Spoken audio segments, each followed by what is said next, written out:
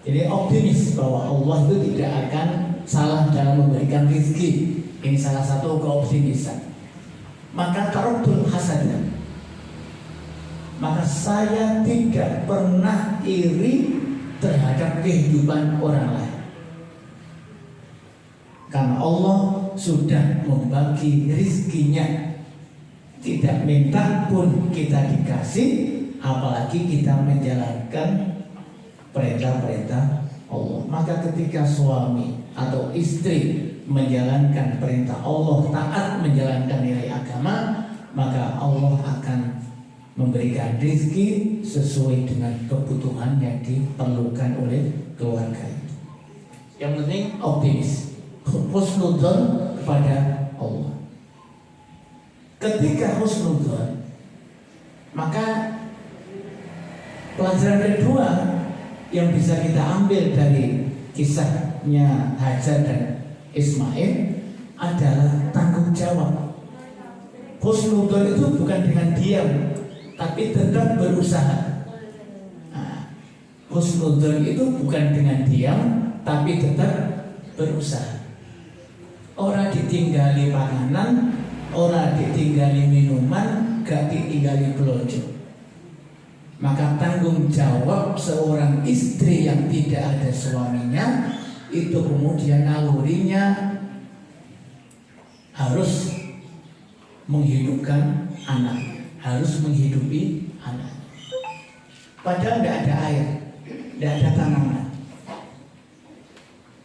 Maka usaha. Jadi kalau kemudian kita bawa pada dunia pendidikan ini, saya sering mengkaji dari dunia pendidikan. Keterbatasan fasilitas itu tidak jadi alasan untuk tidak berprestasi. Di Samarinda saya sering ngaji. Keterbatasan fasilitas, keterbatasan kecerdasan itu tidak menjadi alasan bagi kita untuk tidak berprestasi dan berbuat. Tidak ada air bukan berarti harus menyerah, tapi Hajar kemudian tetap berusaha, Maka kemudian sekarang kita kenal dengan istilah sa'i.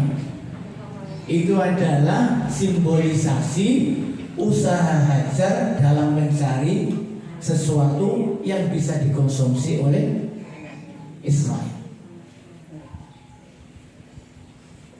Dari bojone melakukan tugas dari Allah, tidak memberikan tinggalan apa-apa, bekal apa-apa, tapi kemudian Hajar tidak menyerah, tidak menyalahkan suaminya, tapi kemudian berusaha agar ada sesuatu yang bisa dikonsumsi oleh anaknya. Ini semangat ini yang kemudian, optimis ini yang kemudian penting. Yang kemudian yang ketiga yang kemudian diambil dari sini, bahwa ketika kita orang tua ini punya tanggung jawab untuk menghidupi keluarga dengan cara yang halal, usaha, namanya sa'i. Sa'i itu adalah bekerja dengan agak sedikit kesulitan.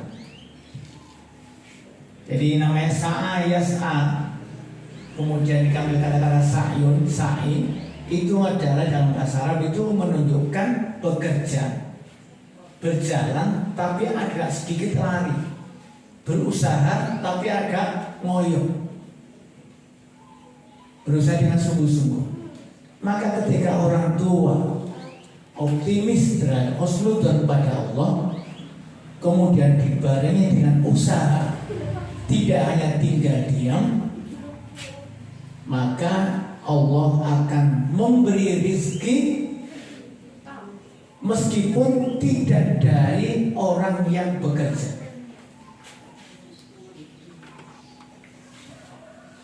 Rezeki yang diberikan oleh Allah kepada Ismail berupa air itu bukan dari Ibrahim, bukan dari Hajar.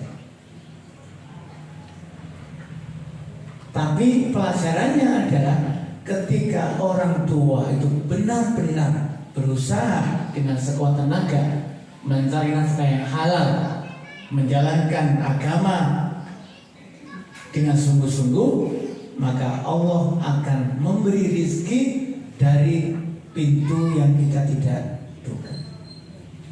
Ternyata rizki yang diberikan oleh keluarga Ibrahim tidak dari ibunya yang mencari air, tidak dari bapaknya yang tugas dakwah, tapi dari anaknya yang tidak bisa bekerja apa-apa. Ini yang perlu dibangun optimisme. Sehingga ketika orang tuanya meyangi oleh wak tongkol sito, ya mungkin itu rezeki. Tapi mungkin orang rezeki liyane. Wis kejar jagung, rong minggu raudan, udah bisa langsung tua. Terangin lupa. Mungkin rezekinya orang dulu jagung nong, panen jagung tua. Oh, khusnudzon. Jadi ini yang kemudian perlu dibangun dalam pembinaan keluarga. Ketika husnudzon, berprasangka baik, Allah tidak akan mendolimi kita, yakin bahwa Allah tidak akan mendolimi kita. Kemudian ada usaha, meskipun kita tidak mendapatkan hasil yang baik sama materi, tapi Allah akan memberikan dalam bentuk yang lain. Dan ternyata yang keempat, usaha yang dilakukan dengan cara tanggung jawab dan ikhlas itu manfaatnya tidak hanya dinikmati oleh keluarga, tapi manfaatnya dinikmati oleh orang lain. Oh, ini yang perlu dibangun. Maka anak soleh itu manfaatnya bukan hanya pada keluarga saja, tapi manfaatnya itu juga kepada orang-orang di sekitar rumahnya atau mungkin di luar kampungnya. Orang baik itu, anak soleh itu manfaatnya itu bukan hanya untuk orang tuanya. Engkau keluarganya ya oleh nomo, sekolah MI ya gurunya oleh nomo. Engkau mondok ya gurune itu kondi paciran. Oh, paciran ya oleh. Maka kemudian sering kita ini mendapat cerita nek wis ngaku teko ciran, itu berarti sudah dianggap ilmu alate wis mantep, ngajine wis mantep. Jadi ini di luar. Wong Ciran kotek metu ring Surabaya itu kondi teko Ciran. Berarti gambarannya itu ya Iwan, Iman, Imun, Abdul Karim dan seterusnya Pak Munir antep ilmu. Saiki iso ngono ke? Kalimantan Ciran kafe. Tentu Paciran, Amonan. Jadi yang dapat nama itu bukan hanya keluarga, tapi juga masyarakat Paciran, bahkan satu kabupaten juga dapat nama. Maka sering pondok-pondok di Kalimantan itu minta carikan tenaga dari Paciran. Tapi aku itu selektif, aja sampai merusak nama baik Paciran. Ini dari kisahnya Hajar sama Ismail. Nah, yang kemudian yang kelima, jadi ketika sudah ada sumber Zam-Zam dan itu adalah rezeki yang diberikan oleh Allah kepada keluarga Ibrahim melalui Ismail. Jadi hentakan kakinya Ismail ketika nangis itu yang kemudian mengeluarkan sumber itu. Ini proses. Jadi ini tetap takdir Allah ya, tapi ada proses. Ini sudah settingan, sudah direkayasa, dibentuk semacam itu. Tapi Allah bukan hanya menjadikan kun fayakun, tapi dari itu adalah proses bagaimana kita membentuk keluarga yang baik. Ada proses. Aja sampai ini, iya Nabi Muhammad, iya pencari Gusti Allah. Aja ngono. Tapi Allah itu memberikan proses kehidupan manusia untuk ditiru melalui kisah hidupnya Nabi Muhammad dan para nabi-nabi yang lain. Yang kemudian perlu kita ambil lagi pelajarannya, ketika sudah ada Zam-Zam, itu kemudian banyak orang ini berdatangan. Buktinya apa? Kok itu ada sumber air, ada burung banyak.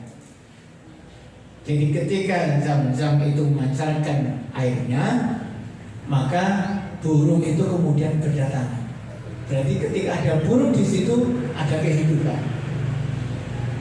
Lah orang Arab itu hidupnya kan tidak di rumah seperti kita, tapi di tenda, pindah-pindah. Dan suku yang dianggap tertua di situ, bangsa Arab itu namanya Jurhum. Ini salah satu etika yang baik. Jadi ketika yang mendiam di situ itu Ismail dan Hajar saja, laki-laki perempuan, laki-laki yang masih kecil dan Hajar sudah dewasa. Ada suku Arab yang ingin hidup di situ berdampingan, tapi izin. Itu langsung robot. Tetapi Hajar tetap tidak mau. Silakan mengambil manfaat dari air, tapi jangan dekat-dekat dari kediaman saya, karena suami saya tidak di rumah. Jadi membawa martabat, menjaga martabat dan kehormatan itu yang kemudian perlu kita tekankan bagi kita semua.